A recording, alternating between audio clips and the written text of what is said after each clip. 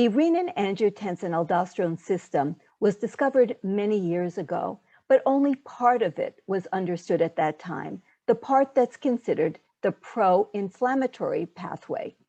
And it's only more recently that it has been discovered that this complex system involving peptides and enzymes and receptors also has an anti-inflammatory pathway. Hello, I am Dr. Felice Gersh. I'm board certified in obstetrics and gynecology and in integrative medicine.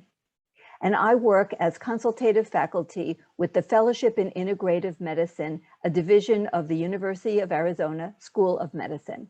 And I wrote a paper soon to be published in Mayo Clinic Proceedings entitled The Angiotensin-Aldosterone System in Postmenopausal Women, the Promise of Hormone Therapy. This article was co-written with Doctors James O'Keefe, Carl Levy, and Brandon Henry. And we felt this article was really important because it demonstrates an area of medicine that has not been well explored, the importance of estrogen in the form of estradiol and its role in the renin-angiotensin-aldosterone system, and what incorporating hormone therapy for postmenopausal women might mean as far as improving their health through the many decades that women live during the menopausal years. And what is now recognized is that these two pathways interconnect through various pathways to help modulate the many systems that are involved with this renin-angiotensin-aldosterone system, which involves many, many tissues as well as the serum and the immune system. We now know that estradiol has a key role in immunomodulation and regulating the pathway that predominates, whether it's the pro or the anti-inflammatory pathway, which is actually activated at any particular time.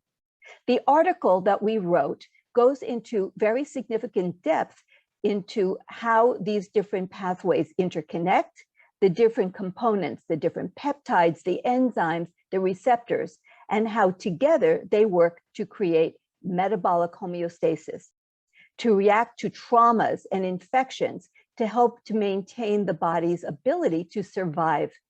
It's also talked about in the article that the prime directive of life is actually optimal health for the creation of new life, and how because of that, the female hormone that dominates during the reproductive years, estradiol, is a key player in modulating all of these functions. Of course, after menopause, when the ovaries cease to produce estradiol, there are significant consequences. The advantage that women have in terms of dealing with infections and trauma during the premenopausal years dissipate as ovarian estrogen production declines. Now we understand that the very key role of the RAS system is very paramount in both the pre- and postmenopausal status of women's health. I hope you'll join us in recognizing the important role that estradiol plays and the potential utilization of estradiol as a therapeutic modality to combine with pharmaceuticals that are used to modulate the reactions of the RAS so that women during the postmenopausal years can have a greater status as far as their health. Please read the article and you'll understand why we are so enthusiastic about the use of hormone therapy to modulate this system and maintain optimal health in the postmenopausal years. Thank you for your time and consideration. I hope you'll enjoy the article. We hope you found this presentation from the content of our website valuable. Our journal's mission is to promote the best interests of patients by advancing the knowledge and professionalism of the physician community. If you are interested in more information about us, our homepage is www.mayoclinicproceedings.org. There you'll find access to information for our social media content, such as additional videos on our YouTube channel or journal updates on Facebook. You can also follow us on Twitter. More information about healthcare at Mayo Clinic is available at www.mayoclinic.org. This video content is copyrighted by Mayo Foundation for Medical Education and Research.